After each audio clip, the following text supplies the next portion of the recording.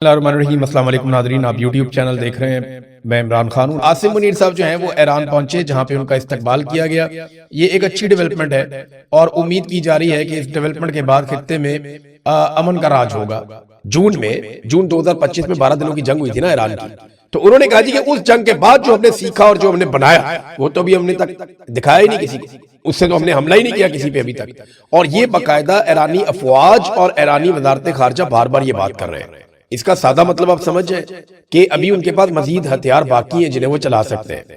بہرحال یہ کس قسم کا ایک اتحاد بنائے گے امریکنز، اور یہ کیا جنگ بندی کے بعد کام آئے گا، جنگ بندی سے پہلے آئے گا؟ مجھے ایسا لگتا ہے کہ ایران کے پاس فیس سیونگ کے لیے بہت کچھ ہوگا اینڈ آف دا ڈے۔ بے شک آیت اللہ علی خامنائی جو ہے وہ شہید ہو گئے ہیں، لیکن ان کا بیٹا آ گیا، وہ اسی طرح ہے۔ بے شک ایران کے اندر جو ہے وہ رجیم چینج کرنے کی کوشش کی گئی، ان کو بہت زیادہ انفراسٹرکچر کو نقصان پہنچایا گیا، لیکن ایران کمپنسیٹ ہو سکتا ہے اگر اس کے اوپر سے صرف پابندیاں اٹھا رہے ہیں۔ ایران میں نا یہ کیپیسٹی بہت ہے اپنی اکانومی کھڑی کرنے کی۔ عرب ممالک کی طرح اس کے پاس بھی تیل ہے اور اس کے پاس بڑی زبردست لیبر بھی ہے اور 9 کروڑ لوگ بھی ہیں، آبادی بھی ٹھیک ٹھاک ہے، تو ایران اپنے آپ کو واپس کھڑا کر سکتا ہے اس صورت میں کہ اس کے اوپر سے پابندیاں ہٹ جائیں۔ مجھے نہیں لگتا کہ ایران کو فیس سیونگ کے بغیر اس لڑائی کو ختم کیا جا سکے گا، اور اس کے پاس ابھی بھی وہ مواد موجود ہے جس کو آپ ایٹمی مواد کہتے ہیں۔ یہ ایرانی حکومت، ایرانی وزراء خود کہتے ہیں ہمارے پاس 450 کلو یورینیم موجود ہے، جو 60% تک اس کو ہم نے تیار کیا ہوا ہے، اور جو بین الاقوامی تخمینے وہ یہ کہتے ہیں کہ 10 دن اگر ایران اور کام کرے تو وہ ایٹمی دھماکہ کر سکتا ہے، ایٹمی تجربہ کر سکتا ہے۔ یہ عالمی سطح پہ مانی ہوئی ایک حقیقت ہے۔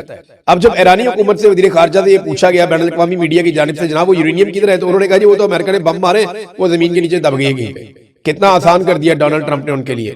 یہ B-52 بامبرز لے کر آئے تھے پچھلی مرتبہ جون میں، ڈونلڈ ٹرمپ نے بمباری کی اور یہ کہا کہ جناب ہم نے یورینیم کا جو ذخیرہ ہے جہاں پہ ان کا ہے وہ ہم نے سارے بنکر تباہ کر دیے اور ساری سرنگیں بند کر دی۔ تو انہوں نے بھی یہی کہا ایران نے، انہوں نے کہا جی بالکل وہ ایسے ہی ٹھیک کہہ رہے تھے ڈونلڈ ٹرمپ کی کھاتے ڈال دیا کہ انہوں نے بمباری کی وہ نیچے دب گیا۔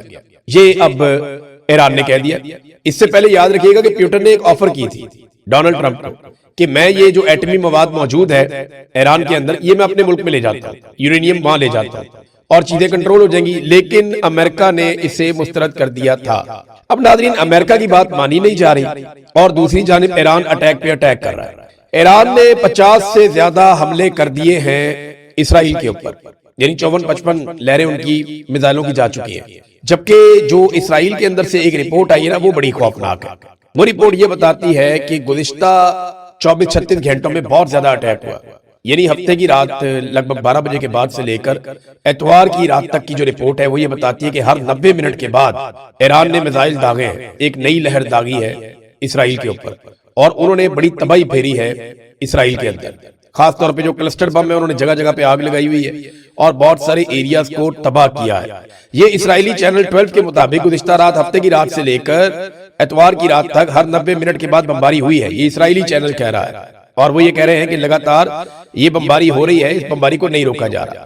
جبکہ دوسری جانب ایران نے ایک اور دھمکی بھی دی ہے، بلکہ ایک وارننگ دی ہے اور کچھ علاقے خالی کرنے کے لیے کہا ہے۔ ایران نے کچھ تصاویر اور ثبوت پیش کیے ہیں کہ ایران کے اوپر جو اٹیک ہو رہے ہیں وہ خلیجی ممالک میں امریکی اڈوں سے ہو رہے ہیں، لہذا اس لیے یہاں پہ اڈوں میں جوابی حملہ کرنا ضروری ہے۔ لیکن ساتھ ہی ایران نے یہ کہا کہ فوجی مقامات کے علاوہ جہاں پہ کوئی اٹیک ہو رہے ہیں یا کسی تنصیب کے اوپر اٹیک ہوا تو وہ ہم نے نہیں کیا، وہ امریکہ یا اسرائیل کر سکتے ہیں تاکہ عرب ممالک ایران کے ساتھ لڑ پڑے۔ لیکن عرب ممالک نے کمال صبر کا مظاہرہ کیا ہے اور انہوں نے اس لڑائی سے جتنا ہو سکا وہ انہوں نے گریز کیا۔ ایک اور بڑی خبر یہ ہے کہ ایران میں لگ بھگ 500 کے قریب جاسوس پکڑے گئے ہیں۔ بہت سارے غدار پہلے بھی تھے ایران میں، ابھی بھی بہت سارے غدار ہیں، پرابلم رہتی ہے غریب ملکوں کے اندر، وہاں پہ غدار بڑے آرام سے مل جاتے ہیں۔ تو یہاں پہ ایران میں جو غدار ملے ہیں وہ 500 کے قریب بتائے گئے ہیں، اور یہ خبر دی ہے پولیس چیف نے۔ انہوں نے اتوار والے دن بتایا کہ امریکہ اور اسرائیل کی فضائی بمباری کے دوران دشمنوں کو معلومات فراہم کرنے کے الزام میں 500 افراد کو گرفتار کیا گیا ہے۔ ان میں لگ بھگ آدھے افراد وہ ہیں جو سرکاری عہدوں کے اوپر بیٹھے ہوئے تھے، اور گرفتار کیے گئے بعد مشتبہ افراد پر مبینہ طور پر حملوں کے اہداف کی نشاندہی یا حملوں کے مقامات کی فلم بندی کے فوٹیج دشمنوں تک پہنچانے کے الزامات بھی ہیں۔ ایران نے دبئی اور دوحہ کے حوالے سے کچھ وارننگ جاری کی ہے اور کچھ علاقوں کی نشاندہی کی ہے۔ اس نشاندہی میں ایران نے کہا ہے کہ جناب یہاں سے جو مقامی لوگ ہیں وہ نکل جائیں، کیونکہ ان کی اطلاع کے مطابق یہاں پہ امریکی فوجی چھپے ہوئے ہیں۔ اور وہ امریکی فوجیوں پہ اٹیک کرنا چاہتے ہیں. وہاں کلبلی مچ گئی ہے, لوگ وہاں پہ آپ کو پتا ہے کہ اجلت کے اندر نکلیں گے. جب اس قسم کی وارننگ جاری کی جائے گی تو ایسے ہی ہوگا. پھر امریکہ کی فرسٹریشن کا اندازہ آپ یہاں سے بھی لگا سکتے ہیں کہ نہ صرف ڈونلڈ ٹرمپ عالمی سطح پہ غصہ کر رہے ہیں, کبھی نیٹو کے اوپر, کبھی کسی اور ملک کے اوپر, کبھی کسی اور پہ چڑھائی کر رہے ہیں, بہت اجلت میں ہیں اور بہت گھبراہٹ کا شکار ہے. ڈونلڈ ٹرمپ کی فرسٹریشن ختم نہیں ہو رہی. اس نے ایک کام کیا تھا مقبولیت کے لیے, وہ الٹا پڑ گیا ہوں. امریکہ کے اندر بھی میڈیا پہ چڑھائی کر دی ہے پیٹ ہیگسٹ نے, اور اس نے جو ہے وہ امریکی میڈیا کو لتاڑ کے رکھ دیا. اس نے کہا جی آپ کو ڈونلڈ ٹرمپ سے دشمنی ہے, آپ ڈونلڈ ٹرمپ سے نفرت کرتے ہیں, اور ڈونلڈ ٹرمپ سے نفرت جو ہے وہ آپ کے ڈی این اے میں, آپ کے خون میں ہے. کوئی بھی صدر امریکہ کا ایسی کامیابیوں کا خواب بھی نہیں دیکھ سکتا تھا جو ڈونلڈ ٹرمپ نے کر دکھایا ہے. اور اس کے بعد کہا جی آپ ادھورا سچ دکھاتے ہیں, آپ مباح پھرا کر معلومات وہ دیتے ہیں جس سے نقصان ہوتا ہے, آپ عوامی رائے کو خراب کر رہے ہیں. 36 گھنٹے تک ایئر فورس کا جہاز اڑانا کتنا مشکل ہے, کبھی آپ نے اس کے اوپر رپورٹنگ کی ہے, کبھی آپ اس کے اوپر سٹوریز کر رہے ہیں, آپ عوامی رائے کو خراب کر رہے ہیں. ٹرمپ سے نفرت اس کی وجہ ہے. یعنی آپ ہمارے کارنامے بتائیں نا دنیا کو, یہ جیسے پاکستان میں ہوتا ہے, ہر فوج کی یہی ذہنیت ہوتی ہے. ہر فوج یہی چاہتی ہے کہ ان کو ہیرو دکھایا جائے, ان کو بڑا دکھایا جائے. اگر وہ ہار بھی جائیں تو کہا جائے نہیں جی نہیں یہ جیت گئے ہیں. اگر وہ کسی جگہ کرپشن بھی کریں تو بتایا جائے نہیں جی کرپشن نہیں کر رہے, بہت اچھے لوگ ہیں. فوجی منٹیلٹی ایسی ہوتی ہے, اس کے ہاتھ میں ہتھیار ہوتا ہے نا اس کا دماغ خراب ہو جاتا ہے. تو امریکہ کے اندر بھی وہ میڈیا کے اوپر چڑھ دوڑے, انہوں نے کہا جی میڈیا جو ہے وہ قصوروار ہے ساری بات کا. جب ڈونلڈ ٹرمپ اور امریکن حکومت کے ہاتھ میں چیزیں نہیں آ رہی نا, اور انہیں سمجھ نہیں آ رہی کہ ایران کو قابو کیسے کرے. دیکھیں ایران کا نقصان بہت زیادہ ہوا ہے. میں آپ کو پھر بار بار کہتا ہوں کہ جب میں یہ کہتا ہوں کہ ایران اچھی لڑائی لڑ رہا ہے تو اس کا مطلب یہ نہیں ہے کہ ایران کو مار نہیں پڑ رہی, ایران کو زیادہ مار پڑ رہی ہے. اور میں پہلے دن سے ایک بات کہہ رہا ہوں کہ ایران کو جو ایک چیز سنبھال کے رکھنی پڑے گی وہ چین آف کمانڈ ہے. اس لڑائی کے خاتمے تک ایران کو اپنی چین آف کمانڈ برقرار رکھنی پڑے گی, اپنے امپورٹنٹ لوگوں کی جانیں بچانی پڑیں گی, اور ان کا آپس میں کوارڈینیشن زندہ رکھنا پڑے گا. اور جو فوج کو احکامات دینے اور وہاں تک احکامات پہنچنے اور جو پورا ان کا سسٹم ہے میزائلوں کا یا ہتھیاروں کا, اس تک جو کوارڈینیشن کا پورا ایک نظام ہے وہ قائم رکھنا پڑے گا. کچھ بھی ہے بیچارہ پرائم منسٹر تو ہے نا, جو بھی ہے اس کرسی پہ اس کو چاہے جیسے مرضی پکڑ کے بٹھا دیا ہے, لیکن ہے تو پرائم منسٹر کی سیٹ ہے. لیکن عمران خان صاحب نے جو کہا وہ شہباز شریف نے ثابت کیا کہ عمران خان بالکل درست کہہ رہے ہیں. عمران خان نے ماضی میں کہا تھا کہ یہ پاکستان کی عزت کو خاک میں ملا دیں گے, پاکستان کی خارجہ پالیسی کو گروی میں رکھ دیں گے, یہ معیشت کو تباہ کر دیں گے, اور یہ اسرائیل کو تسلیم کر لیں گے. یہ ساری باتیں عمران خان صاحب نے جو کہیں وہ درست ثابت ہوتی چلی گئی, اور اب تقریباً کوئی بھی چیز باقی نہیں رہی. سہیل آفریدی ایک اسٹوڈنٹ لیڈر ہے, ذرا مختلف بھی ہوگا, لازمی بات ہے, اس کی ٹریننگ ہے پالیٹکس کی پرانی, وہ کوئی سونے کا چمچ لے کر تو منہ میں پیدا ہوا نہیں. اب وہ وزیر اعلیٰ خیبر پختونخوا بن گیا. اسٹیبلشمنٹ نے پوری کوشش کی کہ ایک عام آدمی نہ بنے, لیکن بن گیا. اب وہ اچھا کرتا ہے برا کرتا ہے یہ تو آنے والے وقت میں پتا چلے گا. سہیل آفریدی کے سامنے امتحانات بہت بڑے ہیں اور سفر بڑا لمبا ہے. دیکھنا یہ ہے کہ سہیل آفریدی کتنی کوشش کرتے ہیں اور کر پاتے ہیں یا نہیں.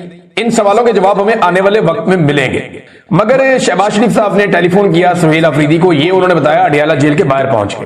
ایک تو سہیل آفریدی جب اڈیالہ جیل کے باہر پہنچے تو عمران خان صاحب سے انہوں نے ملاقات کرنی تھی.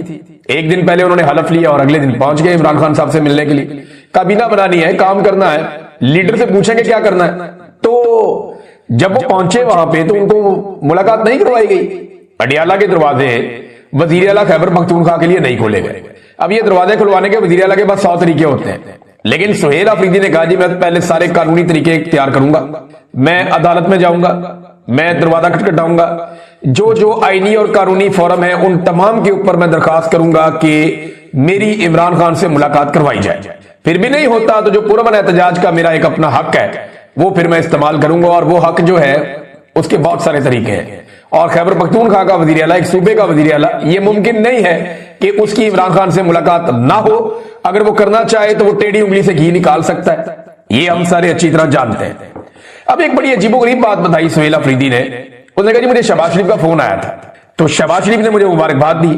اب اس پہ نا کچھ خبریں آئی ہوئی ہیں کہ وزیر اعظم نے فون کیا اور مبارکباد پیش کی اور نیک تمناؤں کا اظہار کیا, اور انہوں نے کہا ملکی مفاد میں وفاق نئے وزیر اعلیٰ کے ساتھ مل کر چلنے کو تیار ہے. یہ سارا کچھ جو ہے, حالانکہ اس سے پہلے اس کو روکنے کی بڑی کوشش کی.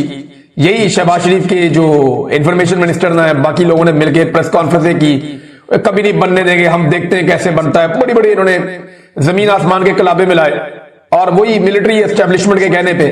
لیکن ہوا کیا, وہ بن گیا.